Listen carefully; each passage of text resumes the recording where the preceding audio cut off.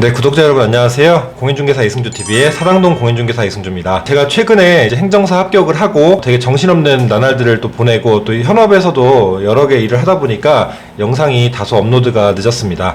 오랜만에 촬영을 하는 기분인데요. 오늘은 다시 지식정보로 돌아와서 여러분들께 굉장히 중요한 이야기를 드리려고 합니다. 먼저 썸네일 그리고 주제를 보셨겠지만 여러분들 이제 최우선 변제권이라고 하죠. 법률상 용어로는 소액보증금 우선 변제권이라고 하는데 이제 이걸 쉽게 우선 변제권이라는 말이 겹치니까 최우선 변제권이라고도 이제 교수님들도 쓰시고 실제로 실무상에서도 많이 씁니다. 그래서 이 최우선 변제권이 일반적으로 계약할 때 보증금이 낮으면 최우선 변제 적용되니까 걱정하지 마세요. 무조건 100% 다 받습니다. 라고 그냥 막연하게 이야기하면서 보증금 낮은 예를 들면은 원룸, 월세나 지방 같은 경우는 아파트여도 보증금이 굉장히 낮은 소액보증금일 때 이렇게 말씀들을 주로 하시는데 물론 최우선 변제권이 굉장히 강력한 힘이죠. 후순위 권리자뿐만 아니라 이제 선순위의 담보물권까지도 다 이겨버리는 힘이 있으니까. 근데 이제 주의하셔야 될 부분이 100% 다 최우선 변제금을 받을 수 있다라고 생각하시면 안 되는 게 굉장히 많은 복합적인 상황들 대비해서 얽혀있고 설켜있고 또 금액에 따라서 전액 못 받을 수도 있어요. 그렇다 보니까 이 최우선 변제금을 심지어 일부 정말 일부밖에 못 받는 경우도 있습니다. 경매에 넘어가면 최우선 변제금을 다 못 받는 경우 9가지를 제가 준비했으니까요. 이 내용 되게 어려워요. 되게 어려운데 물론 기초적인 내용을 벗어났다고 볼 수 있지만 최대한 쉽게 한번 설명을 드려보도록 하겠습니다. 먼저 첫 번째인데요. 최우선 변제금은 주택가액의 2분의 1 이내에서만 지급을 합니다. 경매에 넘어가서 낙찰이 됐어요. 그러면 주택가격이 예를 들면 이거 10억짜리다라고 하면 뭐 낙찰을 실질적으로 8억이나 9억에 받았다고 칩니다. 8억이라고 칠게요. 그러면 이 8억에 2분의 1, 그러니까 4억의 범위 내에서만 최우선 변제금을 지급을 하는 겁니다. 자, 근데 다가구 주택의 경우라고 해서 이제 한 건물에 한 주인이고 세입자들이 되게 많은 경우들이 있죠. 특히 원룸 건물 같은 경우에는 한 층에 뭐 5집, 6집 있는 경우들도 있잖아요. 10집도 있는 경우도 있고. 자, 이런 데는 전세는 당연히 이제 최우선 변제가 적용이 안 돼 소지도 있지만 금액이 되게 낮은 최우선 변제금이라고 하더라도 이 최우선 변제권자들이 다 동순이죠. 자, 그렇다면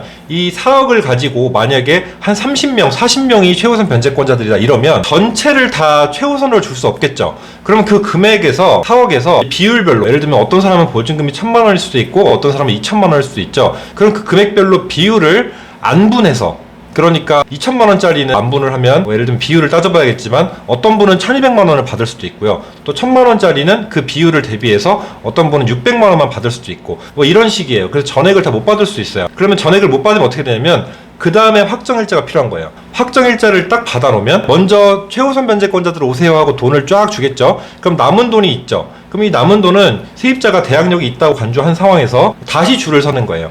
그래서 원래 이제 쭉 줘야 되는 사람들 순서가 있죠. 이제 경매에서 배당 순위가.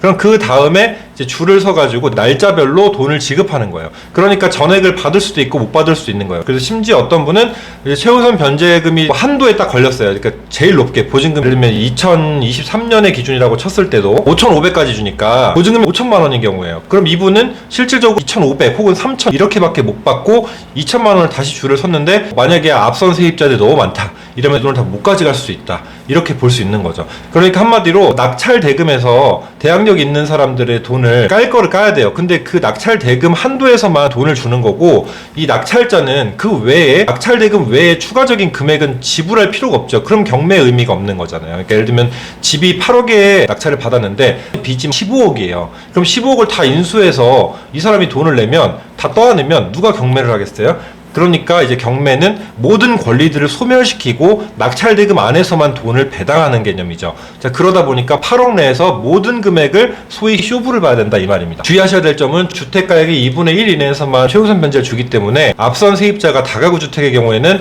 매우 많다면 그리고 앞서 근저당도 너무 많다 이런 경우라면은 전액을 돌려받지 못할 수도 있다라는 게 이제 첫 번째입니다. 두 번째는요, 이제 조금 이어진 내용인데, 자, 앞서 근저당이라고 해서 가장 흔히 말소기준 권리라고도 하고 근저당권을, 그리고 근저당권 설정 시점, 그러니까 담보물권 설정 시점 기준으로 최우선 변제금을 적용합니다. 그러니까 11차 개정된 23년 2월에 1억 6,500만 원 이하의 소액보증금자들은 5,500만 원까지 최우선 변제해줍니다라고 돼 있죠. 이 기준이 아니라 근저당권이 설정이 만약에 2017년 혹은 2018년에 됐다. 그렇다면 최우선 변제권은 2023년의 금액 적용이 아니라 2017년 혹은 2018년 그때 근저당권 설정한 시점 기준으로 돈을 준다는 거예요. 최우선 변제금 적용 기준이 훨씬 적겠죠. 자, 이렇게 돼서 만약에 진짜 5천만 원 커트라인에 있는 분이다 이러면 그 당시에는 2017년 18년 기준에는 5천만 원이 안 되잖아요. 이런 분들은 최우선 변제권자에 해당되겠죠. 왜냐하면 보증금이 5천이니까 아무리 그래도 2017년 18년이라고 하면은 1억은 넘으니까.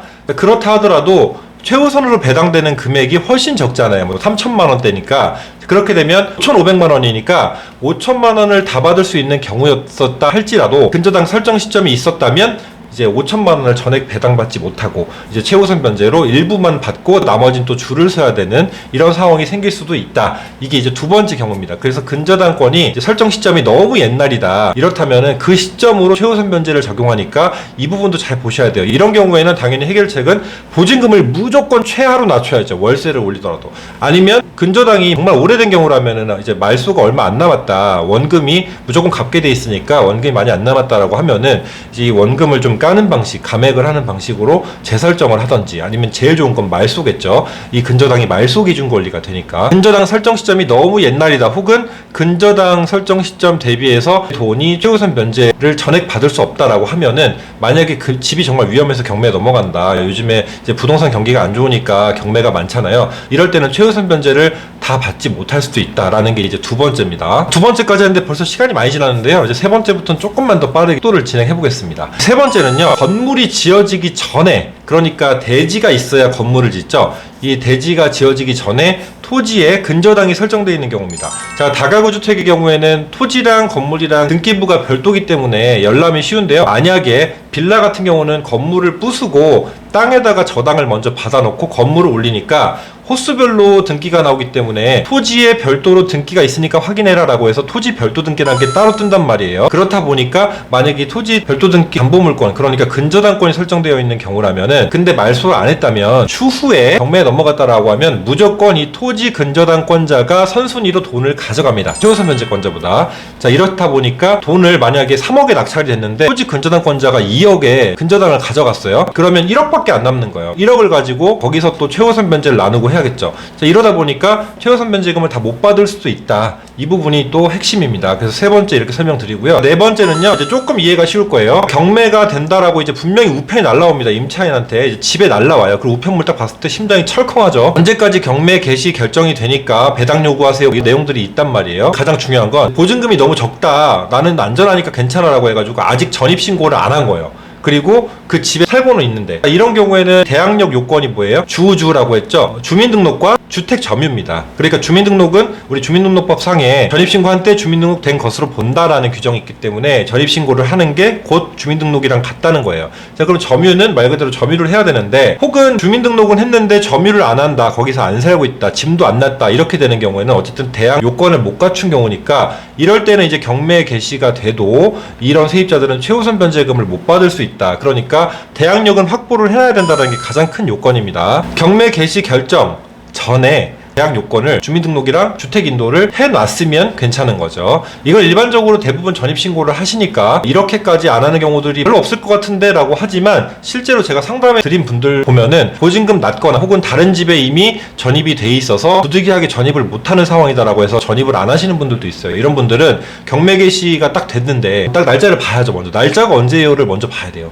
지났는지 아닌지. 그래서 이 날짜에 따라서 빨리 대항력을 갖추시라고 이야기하는 경우들도 있죠. 자, 그 다음 이제 다섯 번째입니다. 배당 요구를 언제까지 하세요? 라고 해서 배당 요구 종기가 있어요. 종기, 끝나는 기간. 배당 요구 종기까지 배당 요구를 안 하면 이 세입자들은 최우선 변제의 권리를 찾을 수가 없어요. 권리를 주장해야만 이제 권리 위에서 잠자는 자가 아니겠죠. 권리 위에서 잠자는 자는 권리를 구제받지 못한다라는 말 있잖아요. 그렇다 보니까 권리를 찾으라 이거예요. 이런 권리가 있으면 이 권리에 따라서 배당 요구를 해야 된다라는 겁니다. 배당 요구 종기까지 그래서 배당 요구를 꼭 하셔야 된다. 배당 요구를 하는 거에 대해서는 설명이 나와 있기 때문에 보통 경매가 넘어갈 때 꼭 배당 요구 종기까지 날짜가 있어요. 그럼 그때까지 배당 요구를 할 것이 가장 큰 요건이고요. 여섯 번째 넘어갑니다. 똑같이 배당 요구 종기인데 이때까지도 마찬가지로 배당 요구 종기까지 주민등록이랑 점유를 유지하지 못한 경우. 그러니까 앞서는 경매 개시 결정 등기 전에 배당 요건을 못 갖춘 경우고요. 지금은 배당 요구 종기까지 이제 대항력, 그러니까 주택인도랑 주민등록을 유지해야 되는 거예요. 배당 요구 종기는 배당이 이제 들어갈 거잖아요. 경매가 개시가 확정이 돼서 그때까지 유지를 해야 대항력을 계속 갖고 있어야지 돈을 주겠다 이 말이에요. 대항력을 확보하고 대항력을 유지하는 것은 굉장히 기본적인 사항이다 라는 부분을 이제 이 두 가지를 통해서 설명을 드릴 수 있는 거죠. 그리고 참고로 이제 배당 요구를 해야 할 것 있잖아요. 그거는 당연히 우선 변제권자들도 해당이 됩니다. 최우선 변제뿐만 아니라. 그 다음에 7번째입니다. 이거는 요즘에 워낙 유명한 단어라서 아실 텐데 임차권 등기 명령이 되어 있는 집 있죠. 그러니까 임대인이 만기 때 보증금 반환 안 해서 임차인이 법원에다가 강제로 임차권 등기를 한 거예요. 법원의 허락을 받아서. 임차권 등기 되어 있는 집에 그 뒤에 후순위로 들어온 임차인은 물론 잘 안 들어오겠지만 최우선 변제는 못 줍니다. 왜냐하면 이 최우선 변제 자체가 이 등기의 순서를 흩뜨리는 개념이 있어요. 그러니까 순서를 다 제끼고 프리패스로 제일 먼저 받는 개념이다 보니까 그렇게 되면 임차권 등기 명령을 한 이 세입자는 정말 위급한 상황에 돈을 못 받아서 이렇게 딱 찍어놓은 건데 본인보다도 더 프리패스를 할 수 있는 권한을 준다면 이 부분에서 형평성이 어긋나겠죠. 그러다 보니까 임차권 등기 명령을 한 경우에는 그 뒤에 들어온 세입자는 최우선 변제를 받지 못합니다. 이 부분은 알아두세요. 그 다음 이제 8번째인데요.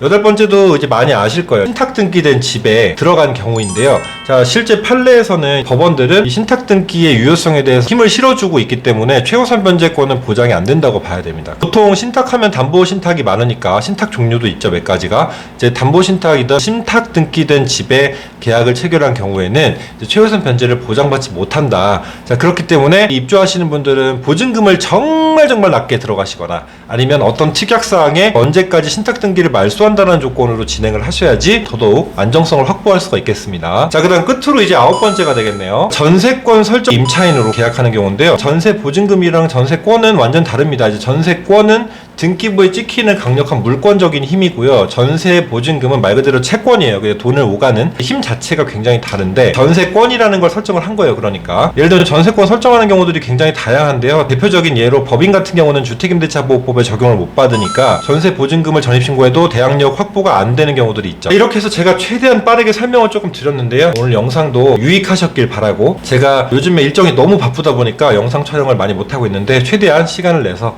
꾸준히 영상 올리도록 하겠습니다. 그래서 구독자 여러분들께 많은 좋은 정보 계속 드릴 수 있도록 하겠습니다. 자, 오늘 영상도 시청해주셔서 감사하고요. 다음 영상에서 또 만나도록 하겠습니다. 다음에 만나요.